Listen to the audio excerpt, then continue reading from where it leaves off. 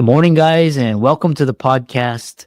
I'm really delighted about today's guest, Bill Douglas from Colorado, and he's got a fascinating story. He's dubbed the Resilience Guy, and he is with Optic Wise.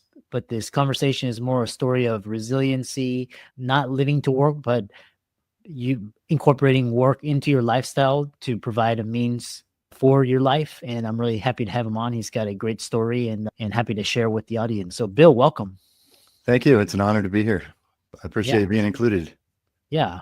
And briefly introduce yourself and we'll dive into the questions. I'm Bill Douglas. I grew up in South Florida, went to Georgia Tech, moved to Denver, Colorado 28 years ago. I've been an entrepreneur formal full-time entrepreneur since I was 28. Yeah. And haven't had a W-2 job since. So I've had 6 different companies in my career. Yeah. Not all of them worked. So School of Hard Knocks, make sure of that. But I certainly enjoy working, but that's not who I am. Yeah. I love that. I love how you talked about separating your work from your identity, because a lot of the audience, the listeners and viewers, they identify with their careers or how much they make or their net worth. What is the key mindset to divorce yourself from these myths? Because what's interesting is you said you're an entrepreneur, and a lot of people think not having a job is a bad thing, but actually for a lot of entrepreneurs, it's awesome for them. So how do you get rid of these shackles? I think it's a matter of self-protection first. A company will take everything you give it. And even if it's my company, like I'm not the only owner of Optic Wise, but I am an owner, and a job or a company will give it as much as you give it. So I encourage, and the people I coach, executives and entrepreneurs, start with no, and then get talked to the yes. Don't say yes everywhere. Because if you say yes to everything, you will be and have nothing. I'm not talking about money. You might have a lot of money. I've coached clients that earn $10 million a year that had a miserable life. They didn't even want to go home. They were terribly overweight and they had no energy and they had no relationship with their family. It's really sad, but they were crushing it in their business. And so you can do all of those. Like you can. It's a matter of balance. And I don't mean a work-life balance on, I respect the value of life itself. Yeah. And I was bit by a coral snake when I was 28 years old and almost died. And I came out of that saying life is a gift. Like I quit my job after that and started my first real company. I jumped out of airplanes. I proposed to my girlfriend. It changed my life having seen death, so to speak. And a lot of us go to work and wake up 30 years later. And I vowed that I would never do that, but we all do. I'm not going to say I never did it again. I've gone sideways, especially when the kids were in the grind of being 6 to 15. You just push, like you're just trying to survive as much as you love them. It's a matter of self-preservation. I value relationships and people above money, and time goes right in that. So time is precious. Wow. Like I have every one of the businesses I run, if you work too much, I need to know because there's something wrong here. And too much is defined specifically by the hours of your position. Or if you're getting calls when you're supposed to be off, there's something wrong. We all need time off. We all need time that work is not our identity. We work to enable our life. That's my belief. And the people that work here, the people I work with through my whole career believe the same thing. So it's nice. We recruit on culture and everybody watches out for everybody else here. Yeah. That's a great segue into this. So what's interesting is that you're the CEO of Optic Wise, and what does Optic Wise do, and how does it tie into the commercial real estate industry? We do data and digital infrastructure services for large commercial real estate facilities. So think apartments and office buildings above 100,000 square feet. We run all of the networks, all of the data infrastructure, the data lakes, and we actually do machine learning and AI across the disparate data sources. So we endear tenants, we make buildings run better, we make more money for the clients, but we also make a better life or work situation for the tenants by leveraging technology. So commercial real estate's an old industry, and I've spent my career solving large problems. Engineering school taught me that. Georgia Tech taught me how to think, not just how to calculate engineering, but how to think with an engineering mindset. So it was a large problem I saw, and we took the company this direction 9 years ago, and it's been very successful since. Yeah. The other question I have for you is this, because you're leveraging technology and data. And what do you mean by digital infrastructure in commercial real estate? Hey, digital, and it's funny that you asked that. It's in the first section of the book. This book, Peak Property Performance, comes out next month by Fast Company. We had to define that. So digital infrastructure is first and foremost all the networks in a large building. Any low voltage, whether it be fiber or copper, any of that in a building. It could be a physical system that's generating data or doing something, or it could be a virtual system, cloud-based or otherwise, per edge-based. So all of those systems that are used to operate a building are generating data. So where is that data and who controls it? And then also of the digital infrastructure, the physical assets, who owns them and who controls them. So to be able to use AI and machine learning and to generate business intelligence in commercial real estate, just like any other industry, you have to have the data. So our clients don't have the data, and we solve that problem for them. So we start to collect the data from all these disparate data sources, from all the vendors that they have chosen. Yeah. And then talking about just people that embrace Optic Wise, how does a owner or investor operator, how can they get real actionable intelligence from all the noise and data across their portfolios and properties? There is a lot of noise. PropTech as an industry was oversold about 5 years ago, and there was a lot of applications that were valuable, but there wasn't much integration or connection of systems or sharing of data. So they have to take ownership of their data, even if contractually it is owned by the property. Realistically, where is it? How can I touch it? We do an audit of facilities very often to figure out who owns what and where is the data.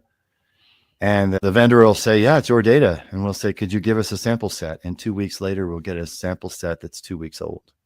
So it's basically useless.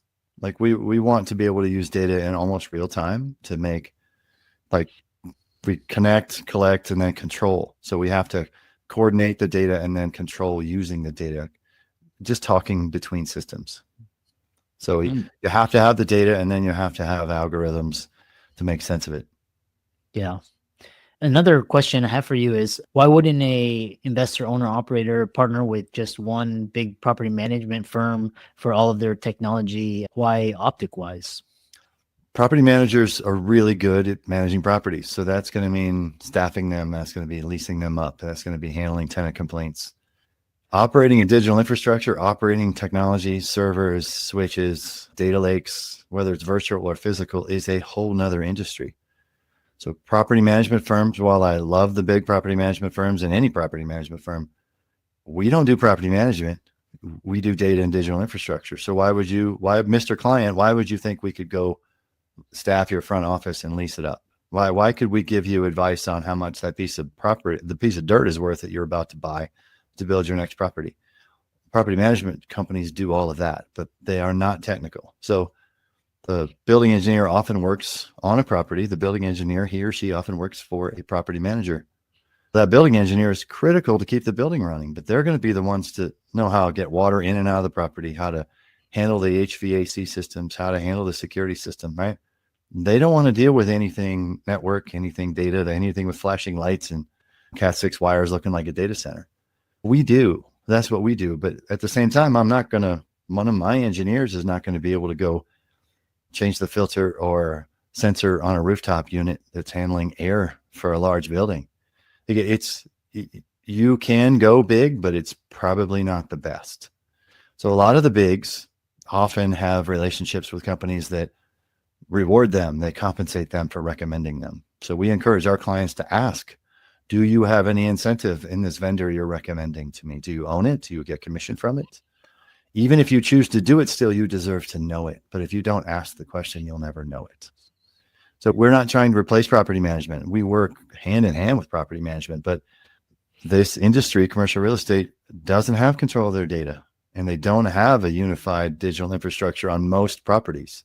The ones we operate, they do. We have some viable competitors out there. Those do. But the rest of the industry is just making it up as they go along. No documentation, right?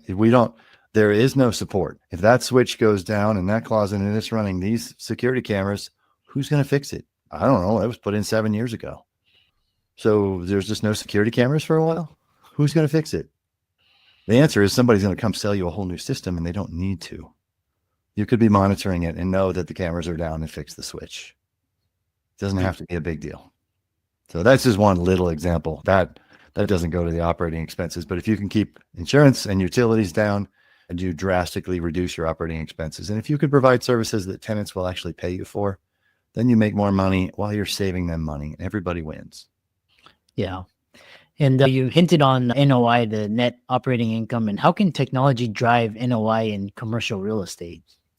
Oh, you can, just like I said, you can do it one of two ways, or both, three ways, really, a combination of two. You can increase the revenues. So everybody else, all other businesses call it net income, but in real estate it's called net operating income, NOI. It's the same thing.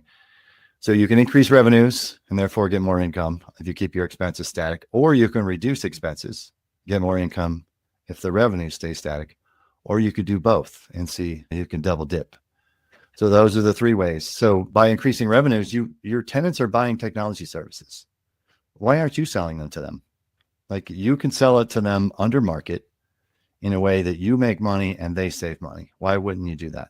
As far as operating expenses go, how can we help you reduce utilities, and how can we help you reduce insurance? Those are the two big hits we go to first because they're almost guaranteed wins, but they take data and they take digital infrastructure to get the data. So that's why we go to those two things first. Yeah. For a lot of the audience, they fear embracing technology. Why should they embrace the technology and pay attention to technology in their portfolio? You mean the commercial real estate audience? Or just investors? Investors, because it's telling you a lot of things. Are you listening? Like, we use that a lot. Your building is talking, your portfolio is talking, your investments are talking. Are you listening? Like, why does one property do so much better than the other? What do these have in common? What do they not have in common? You can solve that by using AI and machine learning. If you don't have control of your data and you're not monetizing your data, we say this all the time, then somebody else is. So why are you letting other vendors monetize your data? Like, you should, number one, protect it and control it, but you should monetize it. It is yours. And by data, I don't mean user data. Nothing we're talking about here has anything to do with any one person or anything one person did. This is data generated by systems that are owned, physical systems that are owned by the property. So it's operating data of an asset. It's not personal data. Interesting. So you have to embrace technology. If you don't, then your competitors already are, and they will be way ahead of you.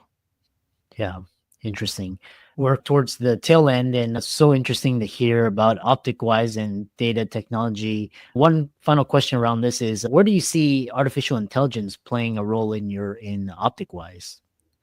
We use it for almost everything except for chatbots. We actually have humans that answer the phone to do support 24/7. I don't want to replace that because a lot of the solutions we have are custom to that property, and I don't think a chatbot could replace them, and nobody wants to talk to a chatbot. But we use AI to streamline almost everything, whether that be monitoring, whether that be reporting, whether that be genuine problem solving. We definitely use it in the design and the implementation process. And it's a matter of freeing up the time of our team members so that they could be more effective in what they do. We're not replacing a single person. We're just making them that much more efficient and effective. So the designs are better. They're more in tune. We have more time to listen and discuss with customers about, what are you trying to do with this property besides just make money? Of course you want to make money, but most owners have a vision for that property, and we want to help them reach that vision. We have to take the time to listen and understand it. That's the key thing we do with AI. And internally, we only use AI if it betters somebody's life. We don't use it just to make money. The business makes money and our clients make money. We use AI to make us a better company and help people. Yeah.